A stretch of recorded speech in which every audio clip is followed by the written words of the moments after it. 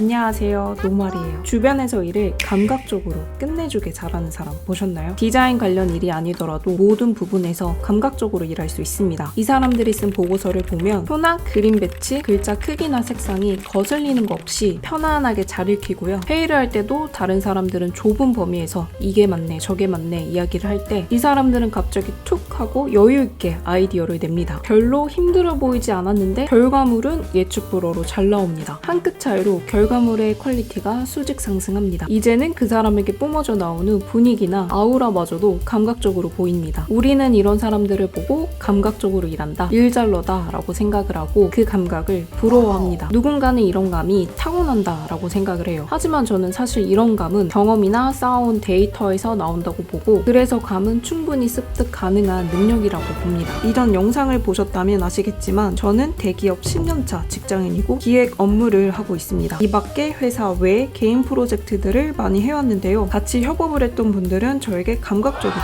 그 감각을 사고 싶다 라고 이야기를 해요. 생각해보면은 살아오면서 저는 그런 말들을 꽤 많이 들어왔던 것 같습니다. 그래서 이번 영상에서는 감각적으로 일하는 방법 5가지를 준비를 했습니다. 여러분들은 진짜 이 영상을 잘 보신 거예요. 감각을 키우는데 이런 실천적 가이드를 제공하는 영상은 별로 없거든요. 들어가기 전에 좋아요와 구독해주시면 감사하겠습니다. 1. 좋은 것을 많이 봅니다. 제가 감각은 기본적으로 데이터와 경험의 양에서 나온다고 했죠. 내가 일하는 분야에서 좋은 레퍼런스를 아주 많이 보세요. 칭찬을 받은 다른 사람들 보고서를 찾아보고 마케팅을 하시는 분들이라면 잘하는 사람들이 각 분야에서 어떻게 플레이를 하는지도 보세요. 유튜버라면 조회수가 잘 나오는 영상들을 자주 봐야 합니다. 그리고 한 단계 더 나아가서 이게 도대체 왜 좋아 보이는지까지 생각을 하셔야 합니다. 가볍게 예시를 하나 들어볼까요? 잘 쓴 메일을 예시로 가볼게요. 어느 날에 다른 팀의 김대리가 업무 메일을 이렇게 보냈어요. 메일의 수신자는 저 말고도 각각의 팀에 실무자들이 여러 명 있었고 각기 요청해야 하는 상황들이 다 달랐어요. 여기에서 요청사항을 그냥 쭉 나열을 한다면 업무를 챙겨야 하는 사람이 보기 어려웠을 건데, 김대리는 이렇게 썼습니다. 투 노마리님, 회의 시 논의되었던 A건에 대해 검토 요청드립니다. 이런 식으로 담당자를 지명을 해서 명확하게 요청사항을 써놨어요. 잘 쓴 것 같았어요. 그럼 이게 왜 좋아 보이는지를 생각을 하셔야 돼요. 첫 번째, 툴을 써서 업무 요청을 해야 되는 사람을 명확하게 지시를 했습니다. 두 번째, 줄바꿈을 해서 내용 구분을 확실하게 했습니다. 그럼 이제 어떻게 하면 되죠? 그대로 흡수하시면 됩니다. 저는 이후에 요청하려는 사람이 다수인 메일을 보낼 때면 이 방법을 쓰고 있어요. 보고서도 똑같아요. 상사가 칭찬한 보고서나 CEO에게 보고된 보고서를 보고 왜 좋아 보일까를 찝어보세요. 서론, 본론, 결론을 이렇게 나누어서 썼구나. 도표를 여기에다 두니까 이해가 쉽구나. 폰트를 이걸 쓰니까, 크기를 몇 포인트로 맞추니까, 바간을 몇으로 맞추니까 깔끔해 보이는구나. 이걸 꼭 분석을 해보세요. 그리고 좋은 점은 여러분의 것으로 그대로 흡수를 하세요. 2.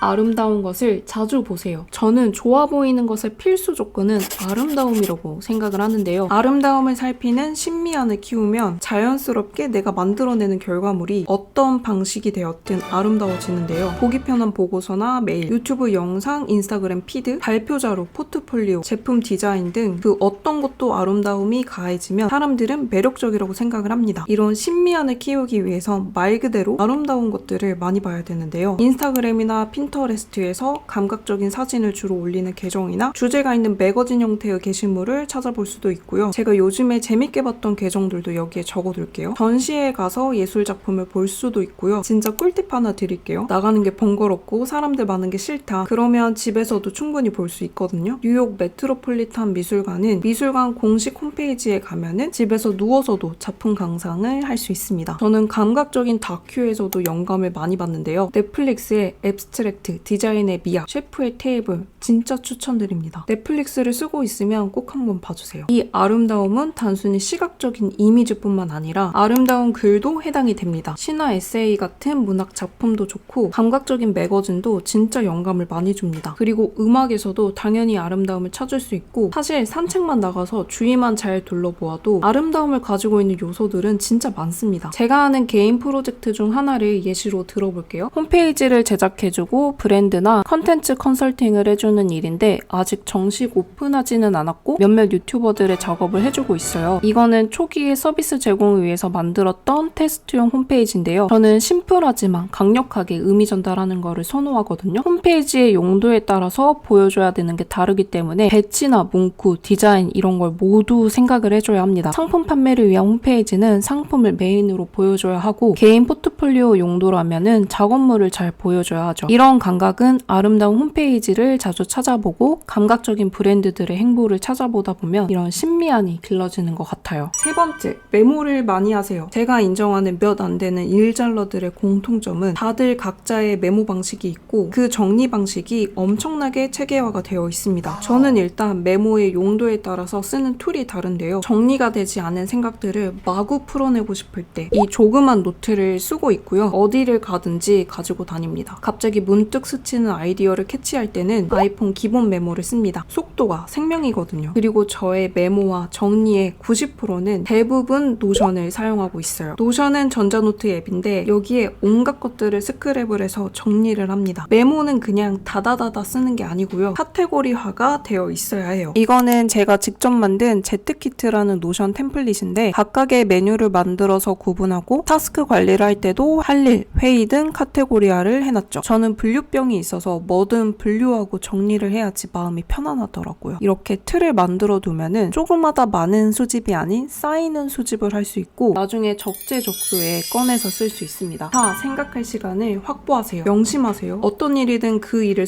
성공시키려면 똑똑한 기획이 따라줘야 하고 저는 그 기획이 모든 일의 70%는 차지를 한다고 생각을 해요. 책상 앞에 앉았는데 보고서를 어디서부터 써야 될지 막막하신가요? 컨텐츠 아이디어가 떠오르지 않나요? 생각 정리가 안 되나요? 그러면 여러분이 먼저 할 일은 일단 걸으세요. 감각은 여유에서 나옵니다. 마음이 조급할 때는 좁은 범위에서 최선의 선택을 해야 되고 마음에 여유가 있을 때는 넓은 생각에서 최상의 선택을 할 수 있습니다. 저는 그래서 생각이 복잡할 때는 일단 운동화를 신고 무작정 걸으러 갑니다. 걸으면서 머릿속으로는 계속 생각을 하는 거예요. 그리고 그 다음에 할 일은 깨끗한 종이를 펼치고 되는 대로 적고 밑그림을 그리는 거예요. 이때 다양한 영역을 조합을 해보세요. 내가 봤던 이 수많은 레퍼런스들이 있잖아요. 용도 구분 없이 조합을 해보세요. 이거는 의식하지 않고 자연스럽게 조합도 가능합니다. 이번에는 회사에서 보고서를 쓸 때로 예시를 들어볼게요. 자료 분석도 하고 이제 A4 한 장에 보고서를 써야 하는 상황이에요. 저는 그럼 A4 한 장을 꺼내서 그 위에 어떻게 내용을 채울지를 대강 구성을 해요. 이전에 봤던 그 잘 쓴 보고서는 현황을 그래프로 보여주니까 잘 익혔지. 여기에 분석한 데이터를 연도별 트렌드 그래프로 넣어야겠다. 그리고 이슈 상황을 세 가지로 정리를 하고 이에 대한 개선안을 as is to be 형식으로 넣어야지. 구분을 이해한 사각형은 인스타 피드 보면서 봤던 음영 처리가 좋겠다. 모서리도 둥글게 해줘야지. 이런 식으로 점점 디테일을 잡아가는 거예요. 5. 실수 많이 하고 고집은 부려라. Things get more refined as you make mistakes and do them. So I've had a chance to make a lot of mistakes.